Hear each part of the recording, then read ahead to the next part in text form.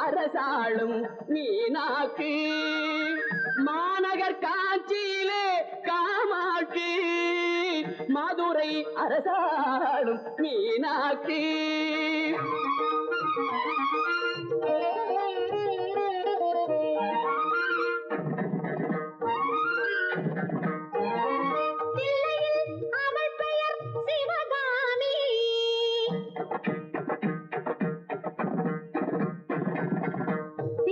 திருக்கடவூரினிலே Abirami